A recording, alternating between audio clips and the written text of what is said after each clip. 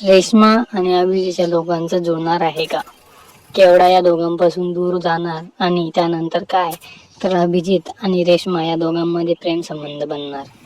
तर नमस्कार मित्रांनो, स्वागत आहे तुमचं आपल्या या व्हिडिओमध्ये.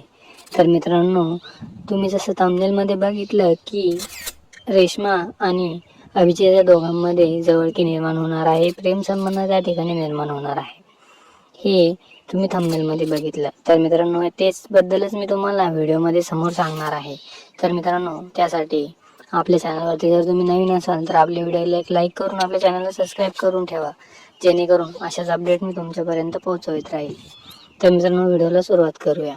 तर मित्रांनो, 10वी मध्ये तुम्ही बघितलं असेल की केवढा आणि अभिजितची लव्ह स्टोरी होती.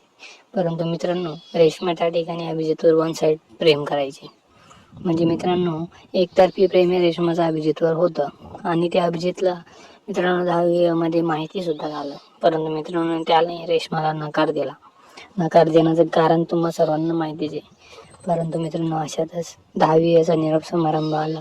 त्या निरोप समारंभामध्ये 10वीच्या टीमने आपल्याला दाखवलं की केवढाही तिच्या परदेशी म्हणजे दुसऱ्या गावाला गेलेली आहे आणि आता त्या दोघांमध्ये दुरावा निर्माण झाला.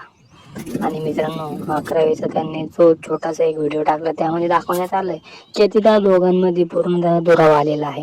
आणि आता त्यानंतर काय, तर रेश्मा ही अभिजितच्या जवळ जाणार आहे. तर मित्रांनो, आता नेमकं त्या दोघांमध्ये कसले संबंध निर्माण होतात ते तर आपल्याला एपिसोड आल्यावरच कळेल. परंतु मित्रांनो, एपिसोड कधी येणार आहे त्याच्या जेव्हा मला अपडेट येईल तेव्हा मी तुम्हाला कळवेल. तर ती अपडेट सर्वात अगोदर मिळवण्यासाठी आपल्या व्हिडिओला एक लाईक करून चॅनल सबस्क्राईब करून ठेवा. धन्यवाद.